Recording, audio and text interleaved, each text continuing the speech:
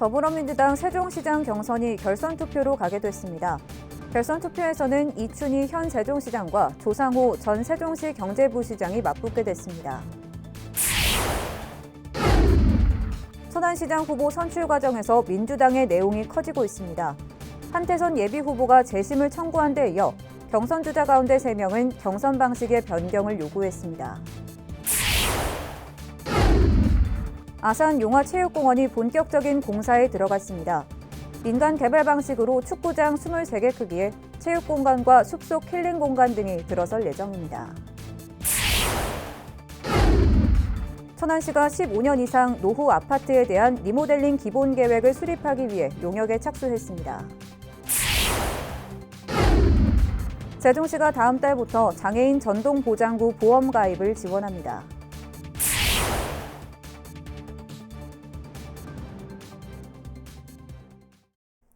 시청자 여러분 안녕하십니까? BTV 뉴스 특보입니다. 6일 지방선거 더불어민주당 충남지사 후보로 양승조 현 지사가 선출됐습니다. 양 지사는 양자대결로 치러진 경선에서 76.54%의 득표율을 얻어 23.46%에 그친 황명선 전 논산시장을 누르고 공천권을 따냈습니다. 양 지사는 민선치기 도정 성과를 바탕으로 대한민국의 중심 충남 완수와 충남의 미래 100년을 만들겠다고 말했습니다. 반면 더불어민주당 세종시장 후보는 1차 경선에서 최종 후보를 내지 못했습니다. 한 명의 후보가 과반 득표를 얻지 못했기 때문인데요. 28일부터 진행되는 결선 투표를 통해 최종 후보를 가리게 됩니다. 김우순 기자의 보도입니다. 3명의 후보가 경쟁을 벌인 더불어민주당 세종시장 1차 경선. 배선호 세종시당 부위원장의 탈락으로 이춘희 현 세종시장과 조상호 전 세종시 경제부시장의 진검승부가 펼쳐지게 됐습니다.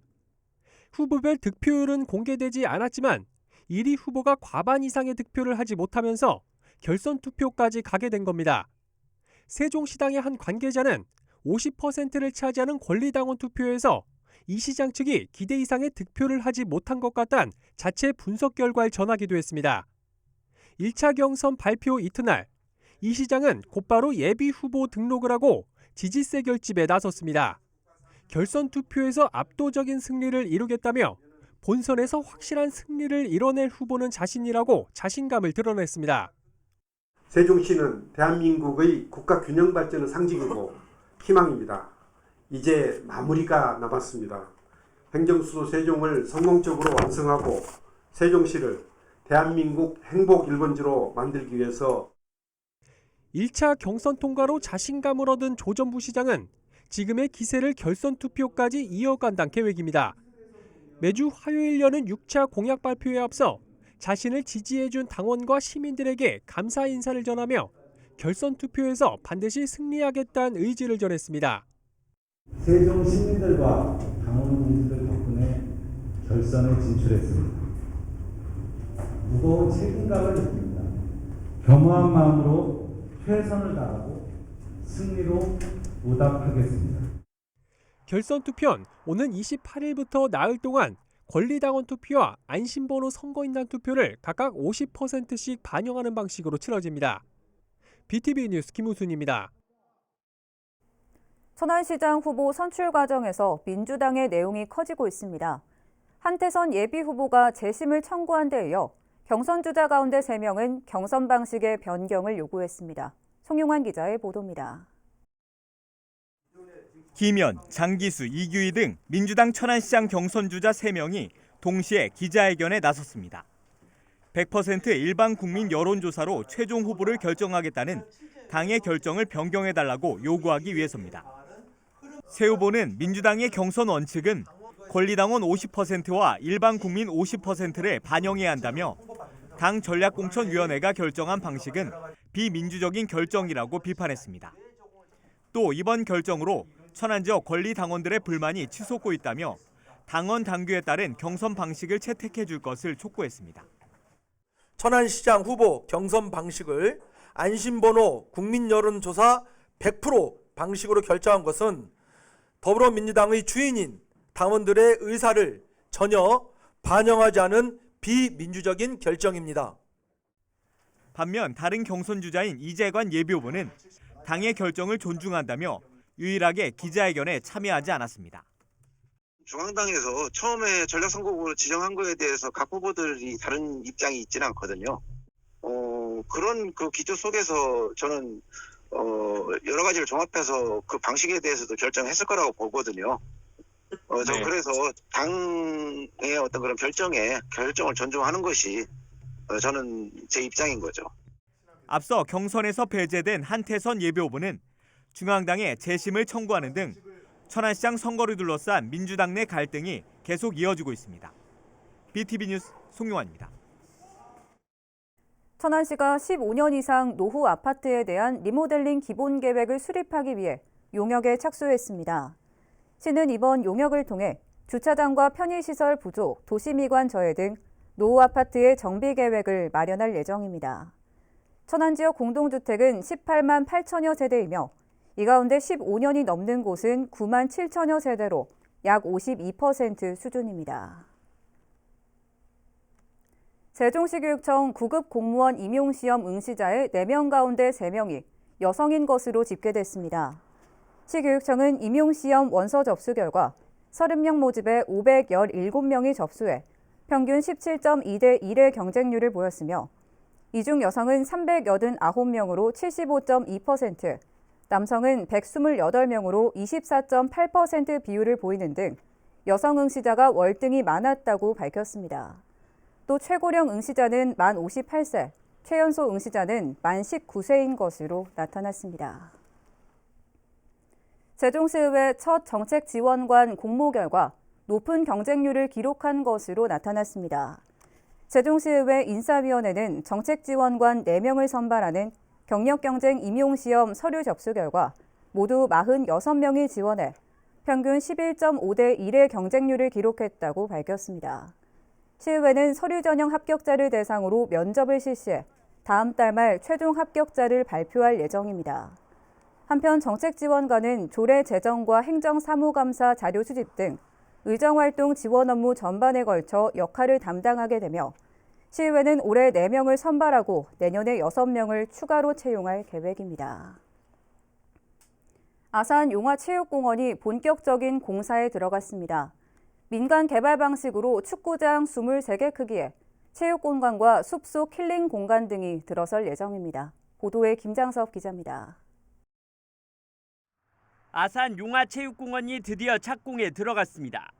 장기 미집행 도시계획시설 조성을 위해 지난 2019년 아산시와 민간 사업자가 업무 협약을 맺은 지 약 2년 7개월 만입니다.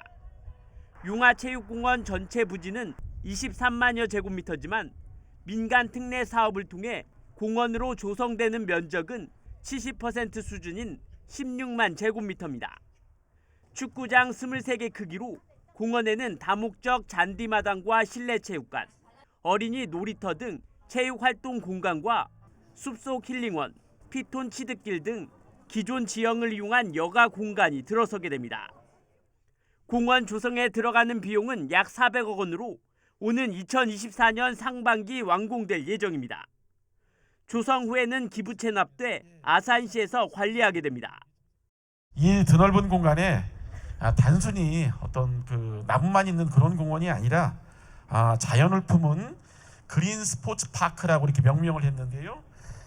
용화체육공원이 조성됩니다. 실내 체육관과 조깅 트랙, 또 생태계 체험장, 또 어린이 체육 놀이터 등 다양한 활동 공간이 들어서고 아울러 나머지 비공원 시설 약 6만 8천여 제곱미터에는 2개 단지에 약 1,700세대의 공동주택이 들어설 예정입니다. BTV 뉴스 김장섭입니다. 천안시 건강가정지원센터는 시청 1층 로비에서 육아하는 아빠 사진전을 엽니다. 오는 29일까지 열리는 사진전에선 사전 공모를 통해 선정한 우수작품 전시와 현장 투표가 이뤄집니다.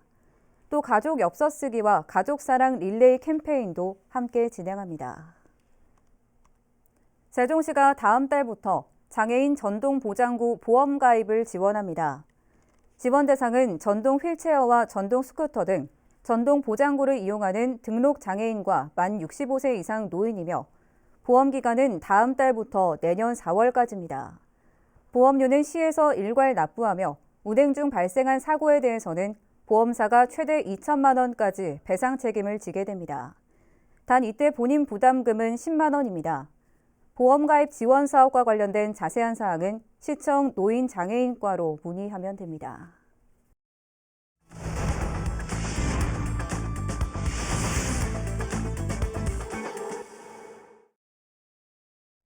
지역 기자들의 시선으로 바라본 우리 동네 이야기 시사콜콜 시간입니다.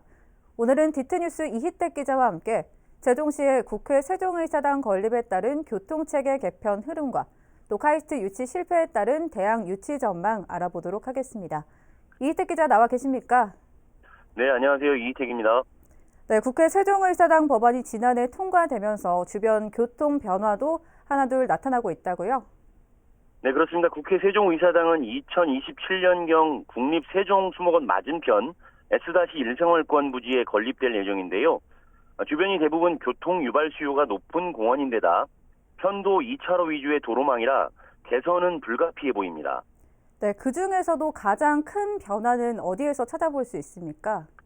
네, 아직 확정된 사안은 아니나 중앙 녹지 공간과 금강 보행교 사이를 가로지르는 국지도 96호선 존폐 여부와 금강을 가로지르는 추가 교량 건설 여부에 가장 큰 관심이 모아지고 있습니다. 네, 국지도 96호선은 유지하는 방향으로 가닥이 잡힌 건가요? 네, 국지도 96호선은 임시 도로로 만들어졌으나 행복도시 동서축뿐만 아니라 청주와 공주 등 주변 도시를 연결하는 필수 도로망으로 굳어진 게 사실인데요. 한때는 폐쇄 후 걷고 싶은 거리로 조성하는 방안이 나오기도 했으나 현재는 유지로 의견을 모아가고 있습니다. 네, 하지만 현재도 폐쇄를 주장하는 이 시민단체들이 있다고 들었습니다. 네, 그렇습니다. 도로를 유지하면 야생동물의 생태축이 단절돼 로드킬이 수시로 발생할 수밖에 없고 당초 콘셉트와도 안 맞는다는 주장인데요. 최근에는 절충안으로 국지도 96호선을 지하로 연결하자는 의견이 많아지고 있어 주목되고 있습니다. 네, 그 부분은 비용에 따른 문제도 있겠지만 또 지하화는 금강 보행교랑 또 금강 중앙 녹지 공간을 연결해주는 그런 장점도 있지 않습니까?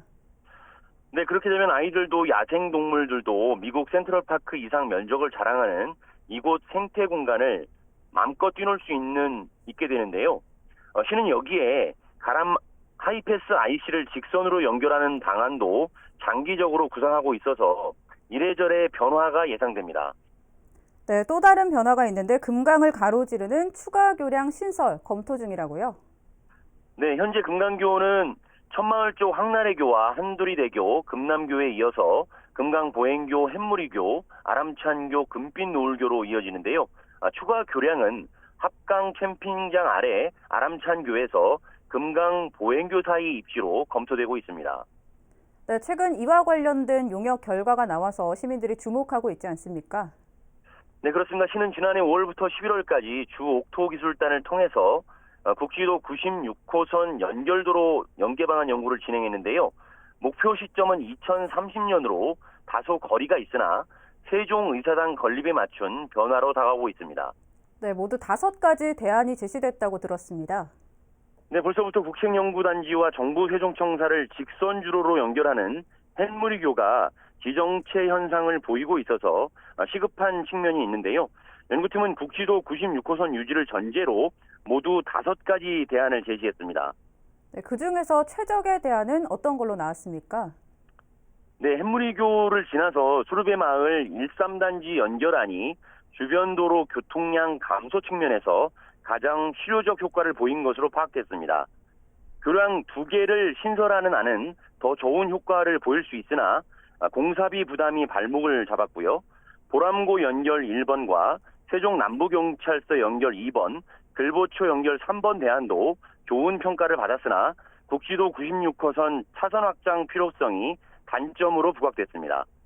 네, 말씀 잘 들었습니다. 다음 소식으로 넘어가 보겠습니다.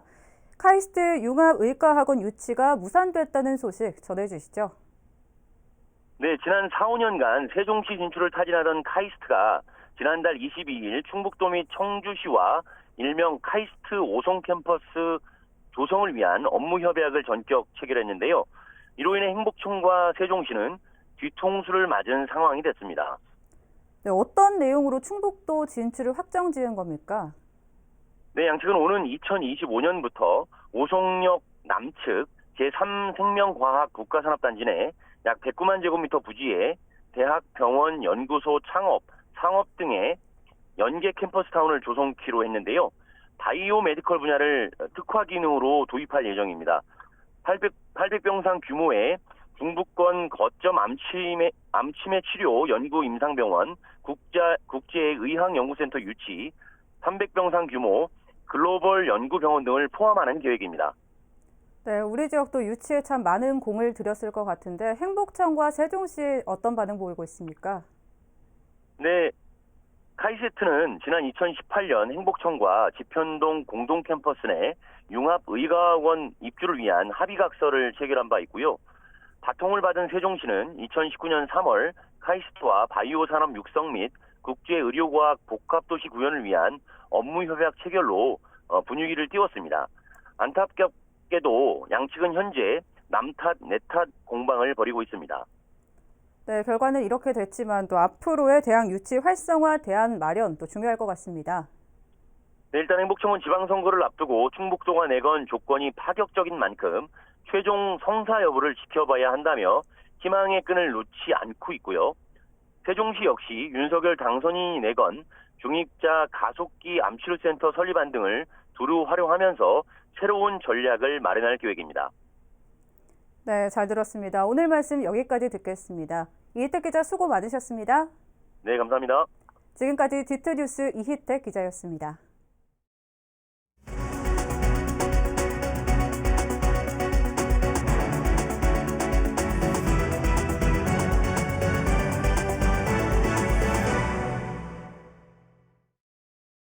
교육부가 아산 신창중학교 신설 대체 이전을 승인했습니다. 오는 2024년 9월 개교될 예정으로 공동주택 개발에 따른 온양학군 내 학교들의 과밀 해소는 물론 학생들의 통학 불편도 크게 줄어들 전망입니다. 보도에 김장섭 기자입니다. 아산 신창중학교 신설 대체 이전이 확정됐습니다. 학교 규모는 현재 11개 학급에서 36개 학급 늘어난 47개 학급으로 건립에 460억 원이 투입됩니다. 신설 장소는 공동주택 개발이 한창인 신창면 남성초 인근으로 학급 확대 신설을 통해 오목초와 신창초는 물론 현재 온양학군에 속해 있는 남성초 학생들이 학군 조정을 통해 신창중학교로 진학이 가능해집니다. 충남도교육청은 이번 신창중 신설 대체 이전 확정에 따라 공동주택 개발에 따른 학생 유입으로 과밀이 우려됐던 온양학군 학교들의 과밀 해소는 물론 생활권과 멀리 떨어져 있어 통학에 불편을 겪었던 학생들의 불편이 크게 줄어들 것으로 기대하고 있습니다.